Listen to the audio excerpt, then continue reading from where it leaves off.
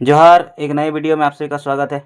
आज का हमारा टॉपिक है अर्थशास्त्र और अर्थशास्त्र के कुछ महत्वपूर्ण क्वेश्चन हम लोग बनाने वाले हैं। आइए हम लोग पहला क्वेश्चन से स्टार्ट करते हैं। आज का हमारा पहला क्वेश्चन है, अर्थशास्त्र का जनक किसे कहा जाता है? ऑप्शन है डेविड रिकॉर्डो, एडम स्मिथ, सी मार्शल या डी जे एम किन्स। इसका सही आंसर होगा बी, एडम स्मिथ।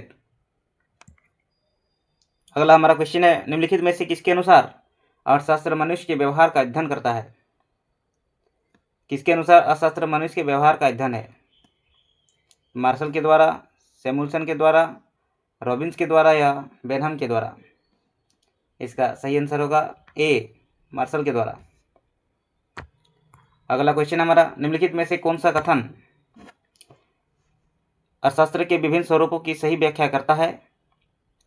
समाजवादी अर्थशास्त्र में समाजवादी अर्थशास्त्र में निजी एवं सार्वजनिक क्षेत्रों की भूमिका, बंद अर्थव्यवस्था को पूंजी अर्थव्यवस्था भी कहते हैं। सी, केंद्रीकृत अर्थव्यवस्था में आर्थिक क्रियाकलापों का निर्धारण केंद्रीय सरकार द्वारा किया जाता है। इसका सही आंसर होगा सी। अगला क्वेश्चन हमारा, मिश्रित अर्थव्यवस्था क्या है? तो हम देखेंगे मिश्रित अर्थव्यवस्था क्या है। सार्वजनिक क्षेत्र एवं निजी क्षेत्र का सहअस्तित्व, बी, सार्वजनिक क्षेत्र एवं निजी क्षेत्र में प्रतिस्पर्धा, सी है निजी क्षेत्र पर विशेष बल या सार्वजनिक क्षेत्र पर बल। तो मिश्रित अर्थव्यवस्था में सार्वजनिक क्षेत्र एवं निजी क्षेत्र का सह अस्तित्व, ए नंबर सही होगा। अगला क्वेश्चन है, बंद अर्थव्यवस्था से आप क्या समझते हैं? निर्यात बंद, आयात निर्यात बंद, आयात बंद या नियंत्रित पूंजी? तो इसका सही आंसर क्या होगा? इसका सही आंसर होगा आयात और निर्यात बंद, ये दोनों बंद। अगला क्वेश्चन हमारा, निम्नलिखित में से कौन सा प्रभाव बंद अर्थव्यवस्था में संभव है? अगर आप इसका इंग्लिश जानते हैं तो आपको पता होना चाहिए आपको पता।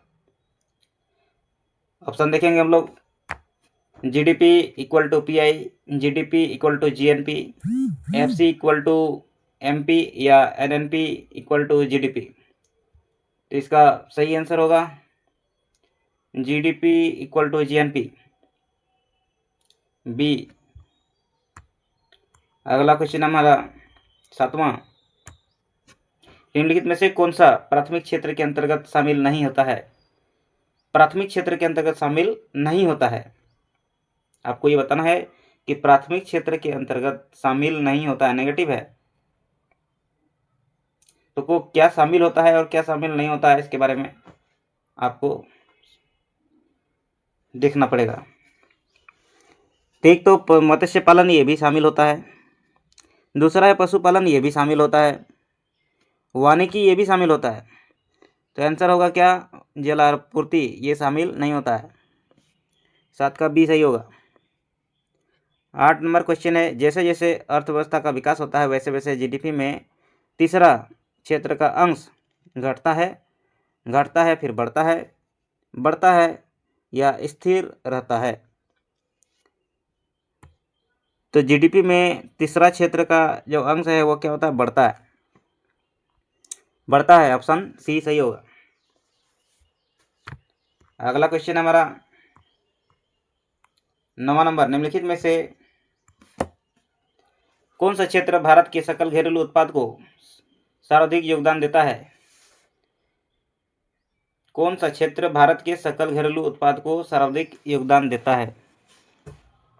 इसका सही आंसर होगा सकल घरेलू उत्पाद को सबसे अधिक योगदान तीसरा क्षेत्र देता है।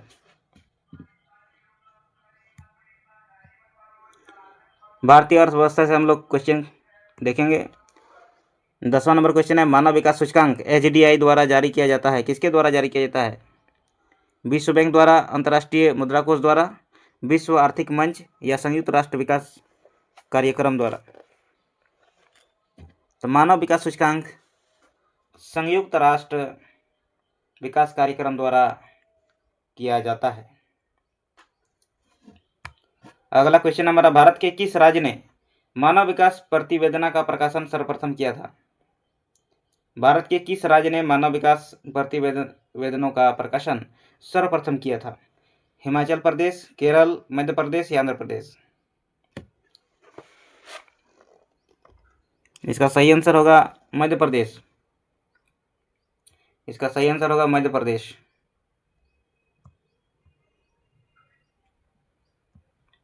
अगला क्वेश्चन हमारा 12वां नंबर, वैश्विक भुखमरी सूचकांक GHI को किस मानक के आधार पर निकाला जाता है? वैश्विक भुखमरी सूचकांक GHI को किस मानक के आधार पर निकाला जाता है? अल्पपोषित लोगों का अनुपात, 5 वर्ष से कम आयु के बच्चों की मृत्यु दर, 5 वर्ष से कम आयु के औसत से कम वजन के बच्चों का अनुपात या उपरोक्त सभी? 12वां नंबर क्वेश्चन है, 12 का डी सही होगा, उपरोक्त सभी। वैश्विक भुखमरी सूचकांक में अल्पपोषित लोगों का अनुपात भी होगा, 5 वर्ष से कम आयु के बच्चों की मृत्यु दर भी, 5 वर्ष से कम आयु के औसत से कम वजन के बच्चों का अनुपात भी, ये सभी होंगे।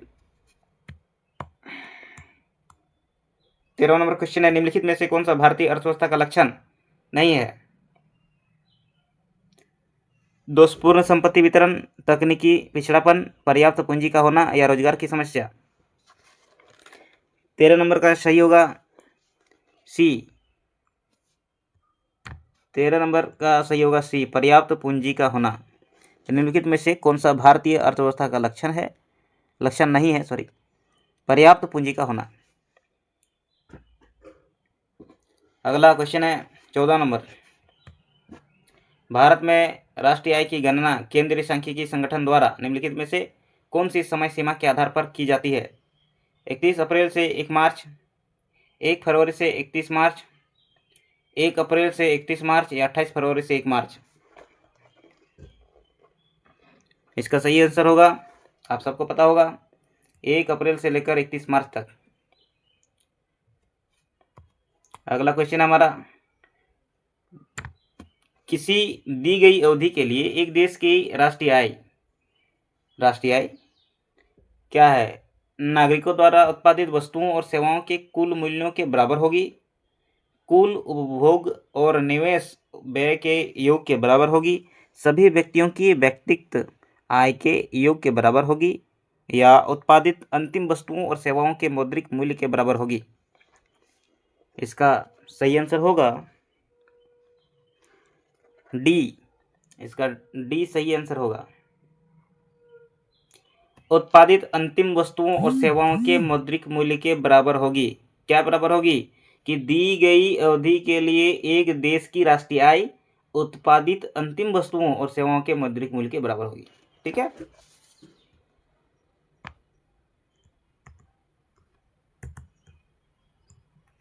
सोलह नंबर क्वेश्चन हमारा, पद राष्ट्रीय आय निरूपित करता है। पद राष्ट्रीय आय निरूपित करता है, क्या निरूपित करता है? बाजार कीमतों पर सकल राष्ट्रीय उत्पाद या मूल्यह्रास घटाकर, बाजार कीमतों पर सकल राष्ट्रीय उत्पाद मूल्यह्रास घटाकर, विदेश से प्राप्त निवल कारक आय जोड़कर। सी नंबर है, बाजार कीमतों पर सकल राष्ट्रीय उत्पाद मूल्यह्रास और अप्रत्यक्ष करों को घटाकर सब्सिडी जोड़कर। या डी नंबर है, बाजार कीमतों पर सकल राष्ट्रीय उत्पाद विदेश से प्राप्त निवल आय घटाकर। सी नंबर क्वेश्चन आप लोग एक बार पढ़ लें, इनमें से क्या सही होगा। इसका सही आंसर होगा सी, बाजार कीमतों पर सकल राष्ट्रीय उत्पाद मूल्यह्रास और अप्रत्यक्ष करों को घटाकर सब्सिडी जोड़कर राष्ट्रीय आय को निरूपित करता है। अगला क्वेश्चन हमारा,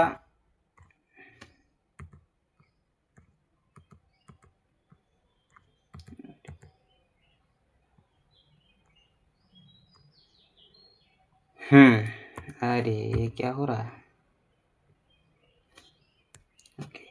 भारत में सर्वप्रथम राष्ट्रीय आय का अनुमान किसने लगाया था?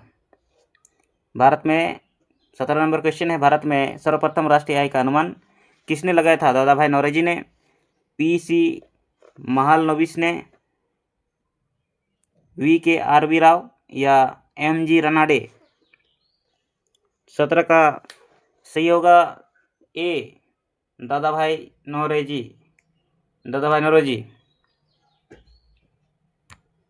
अगला क्वेश्चन है हमारा, वर्ष 1925 से 1929 में किसने सर्वप्रथम वैज्ञानिक विधि से राष्ट्रीय आय की गणना की तथा राष्ट्रीय आय लेखा प्रणाली का प्रतिपादन किया? DPC Mahalanobis, doctor VKRV Rao, NS Iyengar या अरुण शौरी? तो 18 नंबर का सही होगा बी, डॉक्टर VKRV राव। अगला क्वेश्चन हमारा, सकल घरेलू उत्पाद मूल्य क्या होता है? एक वर्ष में किसी अर्थव्यवस्था में उत्पादित सभी वस्तुओं का मूल्य, एक वर्ष में किसी अर्थव्यवस्था में उत्पादित सभी वस्तुओं और सेवाओं का मूल्य, एक वर्ष में किसी अर्थव्यवस्था में उत्पादित सभी अंतिम वस्तुओं का मूल्य, या एक वर्ष में किसी अर्थव्यवस्था में उत्पादित सभी अंतिम वस्तुओं और सेवाओं का मूल्य? 19 का सही आंसर होगा एक वर्ष में किसी अर्थव्यवस्था में उत्पादित सभी अंतिम वस्तुओं और सेवाओं का मूल्य। डी नंबर सही होगा। सकल घरेलू उत्पाद का मूल्य जो होता है वह एक वर्ष में किसी अर्थव्यवस्था में उत्पादित सभी अंतिम वस्तुओं और सेवाओं का मूल्य होगा। ये हमेशा याद रखिएगा, सभी अंतिम वस्तुओं और सेवाओं का मूल्य। ठीक है, अगला क्वेश्चन है हमारा 20वां नंबर, वास्तविक सकल घरेलू उत्पाद को मापा जाता है, किससे मापा जाता है? वर्तमान दामों पर, स्थिर दामों पर, औसत दामों पर या पश्चात समीकृत दामों पर? तो इसका सही आंसर होगा कि वास्तविक सकल घरेलू उत्पाद को स्थिर दामों पर मापा जाता है, स्थिर दामों पर मापा जाता है। बी नंबर सही होगा इसका। ठीक है, अगला क्वेश्चन हमारा, निम्नलिखित में से कौन सा युग्म गलत है? NDP MP equal to GDP minus मूल्यह्रास। एक बार आप लोग देख लीजिए, बी नंबर, सी नंबर या डी नंबर? ये जिसने भी GDP NDP को ठीक ढंग से पढ़ा है वही समझ पाएंगे। 21 का जो सही आंसर होगा वो होगा बी नंबर, GDP और अप्रत्यक्ष कर सब्सिडी। ये गलत है ना, इसीलिए यही सही होगा। यहाँ गलत पूछा है, कौन सा युग्म गलत है? तो ये गलत है, बी नंबर गलत है।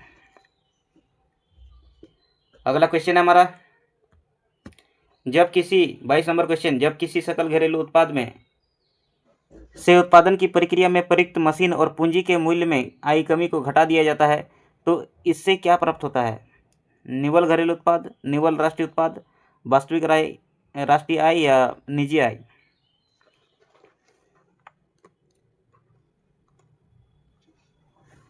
तो इसका सही आंसर होगा निवल घरेलू उत्पाद। अगला क्वेश्चन हमारा, प्रति व्यक्ति आय मापन सूत्र क्या है? राष्ट्रीय आय या कुल जनसंख्या, कुल जनसंख्या या राष्ट्रीय आय कुल जनसंख्या या राष्ट्रीय आय निजी आय? प्रति व्यक्ति आय मापन सूत्र क्या है? इसका सही आंसर होगा राष्ट्रीय आय बटे क्या, कुल जनसंख्या। ठीक है, राष्ट्रीय आय बटे कुल जनसंख्या, वही प्रति व्यक्ति आय। प्रति व्यक्ति आय जैसे कि राष्ट्रीय आय कितनी है, मान लो राष्ट्रीय आय कितनी है, राष्ट्रीय आय हमारा मान लो 1000 है और जनसंख्या कितनी है 10, 1 लाख, चलो 5 लाख। ठीक है, 5 लाख। तो इससे जो निकलेगा उसी को हम लोग प्रति व्यक्ति आय कहते हैं। ठीक है, प्रति व्यक्ति आय कहते हैं।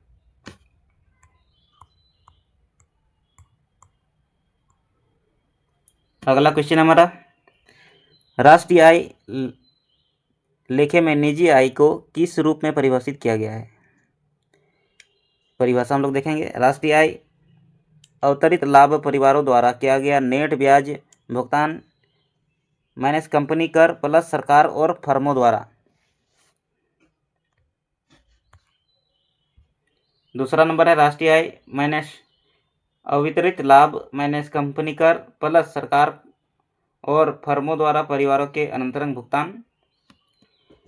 सी नंबर है अवितरित लाभ माइनस परिवारों द्वारा किया गया नेट ब्याज भुगतान प्लस सरकार और फर्मों द्वारा परिवारों को अनंतरंग भुगतान, या अवतरित लाभ प्लस परिवारों द्वारा किया गया नेट ब्याज भुगतान माइनस कंपनी कर।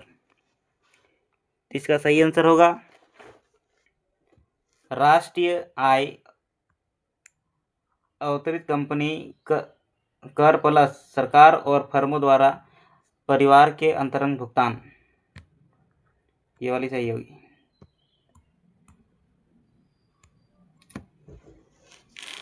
पच्चीस नंबर क्वेश्चन है, किसी देश की राष्ट्रीय आय का निर्धारण करने के लिए निम्नलिखित में से कौन सी पद्धति प्रयोग में नहीं लाई जाती है? आय पद्धति, उत्पादन पद्धति, आगत पद्धति या निवेश पद्धति। तो 25 नंबर का हम लोग देखेंगे क्या सही होगा। तो इसका सही होगा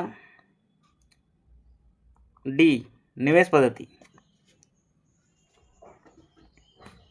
26 नंबर क्वेश्चन हमारा, निम्नलिखित में से कौन सी एक राष्ट्रीय आय के मापन की विधि है? उत्पाद विधि, आय पद्धति, उत्पाद पद्धति, आय पद्धति, व्यय पद्धति या ये सभी। तो 26 का सही आंसर होगा ये सभी। राष्ट्रीय आय मापने की जो विधि है ये उत्पाद पद्धति भी है, आय पद्धति भी है और व्यय पद्धति भी। अगला क्वेश्चन हमारा, विश्व में सर्वप्रथम डैश द्वारा पंचवर्षीय योजना को प्रारंभ किया गया था? अमेरिका द्वारा, रूस द्वारा, ब्रिटेन द्वारा या फ्रांस द्वारा। तो इसका सही आंसर होगा रूस द्वारा। विश्व में सर्वप्रथम रूस द्वारा पंचवर्षीय योजना को प्रारंभ किया गया था। 28 नंबर क्वेश्चन है हमारा, भारत सरकार की प्रथम पंचवर्षीय योजना किस पर आधारित थी? लियोनटिक का input output model, Harold Domar model, Mahalanobis का 2 सेक्टर मॉडल या महालनोबिस का 4 सेक्टर मॉडल। तो इसका सही आंसर होगा बी, हेरोल्ड और डोमर मॉडल। भारत सरकार की प्रथम पंचवर्षीय योजना किस पर आधारित थी? तो हेरोल्ड और डोमर मॉडल द्वारा।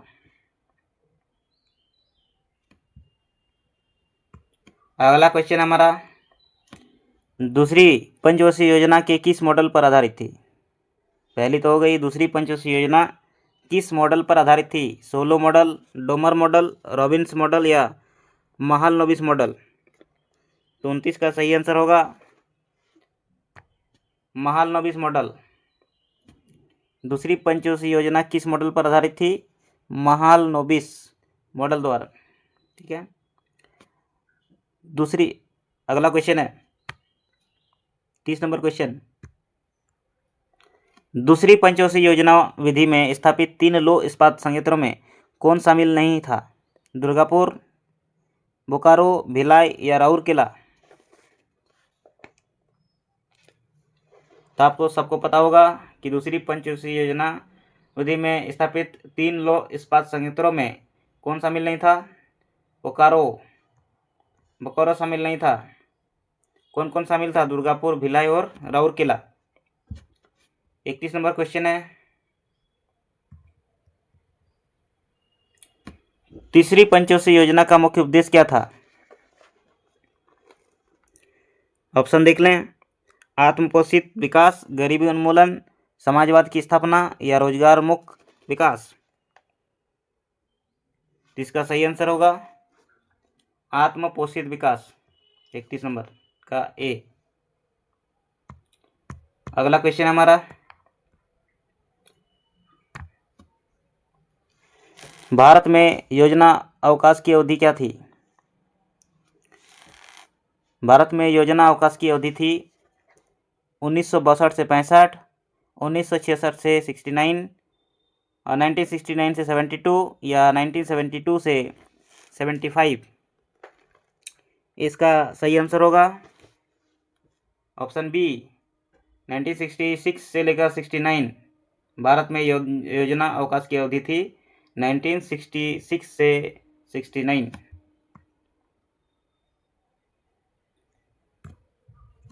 अगला क्वेश्चन हमारा 33 नंबर, निम्नलिखित में से कौन सा सही नहीं है? पंचवर्षीय योजना, पहली पंचवर्षीय योजना, दूसरी पंचवर्षीय योजना, तीसरी पंचवर्षीय योजना और चौथी पंच। अच्छा, ये समय दिया है, टाइम दिया है कब से कब तक। तो पहली पंचवर्षीय योजना सबको पता है कि 1951 से लेकर 56 तक थी।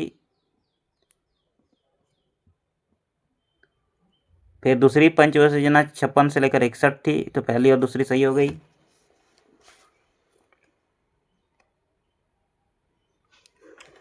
तीसरी पंचवर्षीय योजना 1961 से 66, ये भी सही है। चौथी पंचवर्षीय योजना ये गलत है, ये गलत है, ठीक है। तो सही नहीं है बोला है, डी नंबर गलत है, डी सही होगा।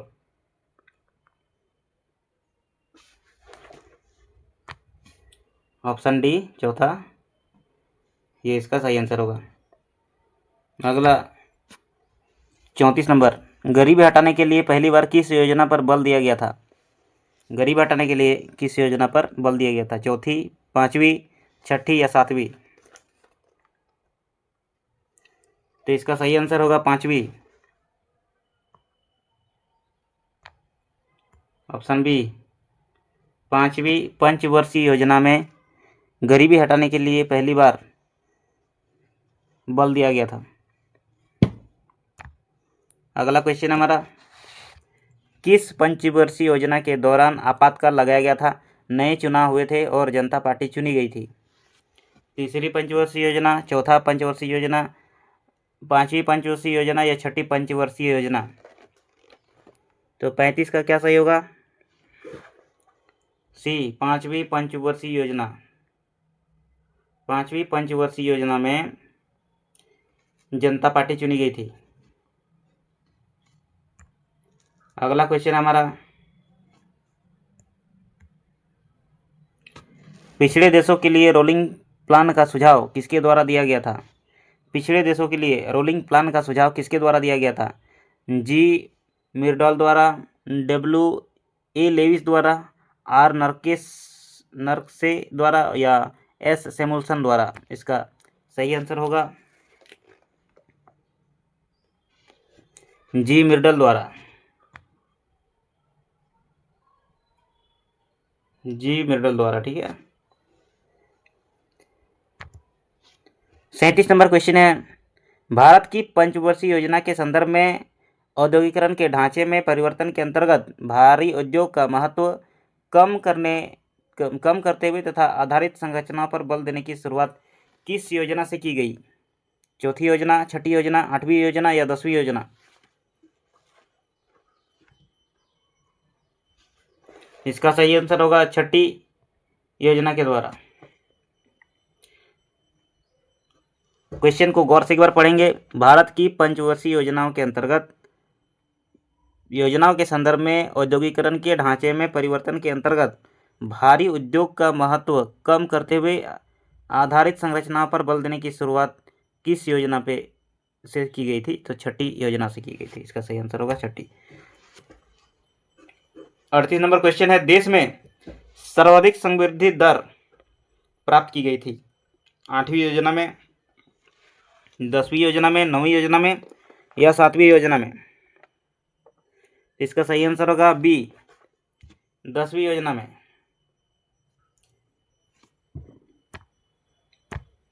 अगला क्वेश्चन हमारा 11वीं पंचवर्षीय योजना में निरूपित समावेशी विकास निम्नलिखित में से किस एक को सम्मिलित नहीं करता है?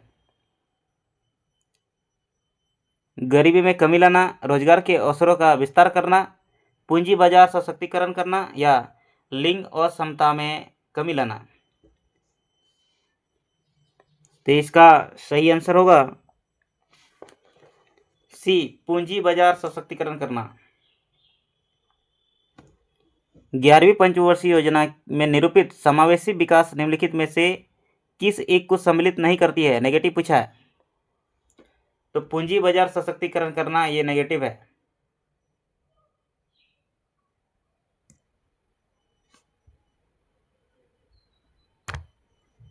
एक बार क्वेश्चन आप लोग पढ़ लिए, समझ में आ गई। अगला क्वेश्चन हमारा 40वां नंबर, नीति आयोग का पूर्ण रूप क्या है? नीति आयोग का पूरा नाम, फुल फॉर्म पूछा है। National institute for transforming India, national institution for transforming India. अच्छा, दो अलग अलग है, नेशनल है और नेशन है। सी नंबर है new institute for training India, D number है national institute for training India. इसका सही आंसर होगा A, national institution for transforming India. अगला क्वेश्चन हमारा, निम्न में से कौन सा एक नीति आयोग का उद्देश्य है? सशक्त राज्य से सशक्त राष्ट्र का निर्माण करना, ग्राम स्तर पर योजनाएं बनाने के तंत्र को विकसित करना, सहकारी संघवाद को समृद्ध करना या उपरोक्त सभी। तो नीति आयोग का उद्देश्य क्या है, आप लोग एक बार पढ़ लें।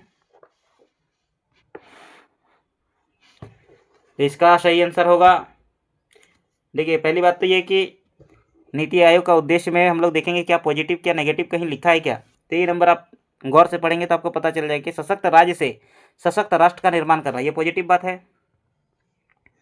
बी नंबर है ग्राम स्तर पर योजनाएं बनाने के तंत्र को विकसित करना, ये भी अच्छी बात है। सहकारी संघवाद को समृद्ध करना, ये भी अच्छी बात है। तीनों पॉजिटिव है, तो इसका सही आंसर क्या होगा? डी, उपरोक्त सभी।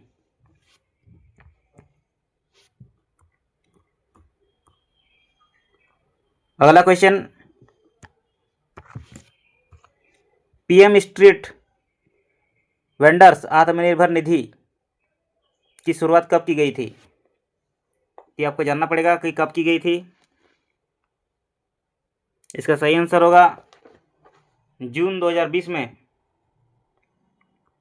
जून 2020 में PM street vendors Atmanirbhar Nidhi की शुरुआत हुई थी। अगला क्वेश्चन हमारा, केंद्र सरकार द्वारा आत्मनिर्भर भारत अभियान के तहत कोरोना संकट के दौर में भारत की अर्थव्यवस्था को सुधारने के लिए राहत पैकेज का ऐलान किया गया था। कितना ऐलान किया गया था? केंद्र सरकार द्वारा आत्मनिर्भर भारत अभियान के तहत कोरोना संकट के दौर में भारत की अर्थव्यवस्था को सुधारने के लिए राहत पैकेज का ऐलान किया गया था। इसका सही आंसर होगा बी, 20 लाख करोड़। 20 लाख करोड़ का पैकेज ऐलान हुआ था। अगला क्वेश्चन हमारा 44 नंबर, गरीब कल्याण रोजगार अभियान किस वर्ष प्रारंभ किया गया था? गरीब कल्याण रोजगार अभियान किस वर्ष प्रारंभ किया गया था? 2020 में, 2018 में, 2019 में या 2021 में? तो इसका सही आंसर होगा 2020 में। गरीब कल्याण रोजगार अभियान 2020 में शुरुआत किया गया था। अगला क्वेश्चन हमारा 45वां,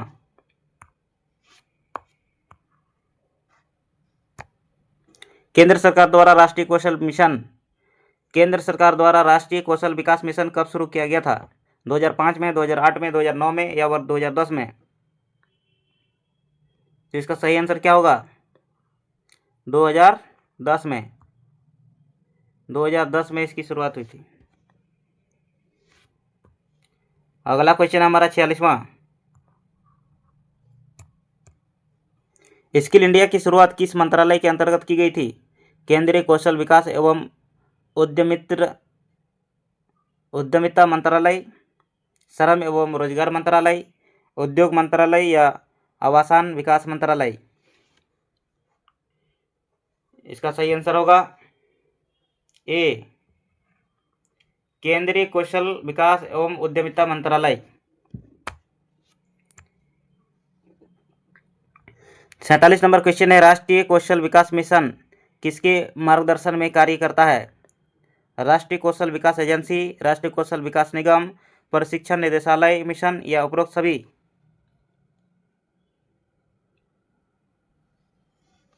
इसका सही आंसर होगा उपरोक्त सभी। ये सारे के सारे होंगे, ठीक है, इसलिए डी सही होगा।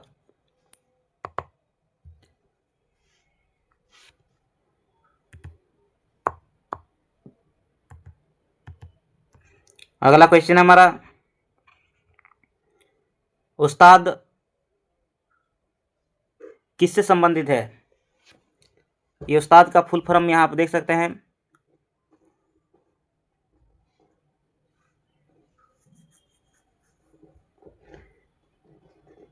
तो ऑप्शन देखिए, कौशल विकास और उद्यमिता मंत्रालय, अल्पसंख्यक कार्य मंत्रालय, शिक्षा मंत्रालय, सामाजिक न्याय और आधिकारिक मंत्रालय। तो 48 का सही आंसर होगा बी, उस्ताद किससे संबंधित है? अल्पसंख्यक कार्य मंत्रालय, अल्पसंख्यक कार्य मंत्रालय से संबंधित है उस्ताद।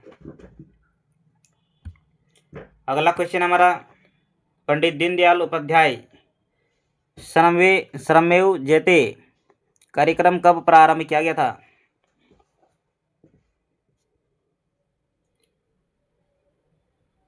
दो 2014 में, 2015 में, 2016 में, 2017 में? इसका सही आंसर होगा 2014 में। 50 नंबर क्वेश्चन हमारा, दीनदयाल उपाध्याय अंत्योदय योजना ग्रामीण क्षेत्र में वर्ष 2017 तक कितने ग्रामीण युवाओं को प्रशिक्षित करना है? 15 लाख, 10 लाख, 5 लाख या 20 लाख? तो इसका सही आंसर होगा 10 लाख। 10 लाख युवाओं को प्रशिक्षित करना है। तो आज हम लोग टोटल 50 क्वेश्चन हम लोगों ने बना लिया है। अगले वीडियो में बाकी के जितने क्वेश्चन है वो फुलफिल करेंगे। और इस वीडियो को एक बार नहीं, कम से कम 2 बार करके देखें, और जहां आपको लग रहा है कि क्या सही और क्या गलत है तो वहां पर आप लोग कमेंट कर सकते हैं। तो आज के लिए यहीं पर हम लोग समाप्त करते हैं। नेक्स्ट वीडियो में हम इसी तरह कुछ खास टॉपिक लेके आएंगे। आज 50 क्वेश्चन हम लोगों ने बना लिया, फिर से अगला वीडियो में 50 क्वेश्चन बनाएंगे। तो आज के लिए धन्यवाद, फिर मिलेंगे नए वीडियो के साथ।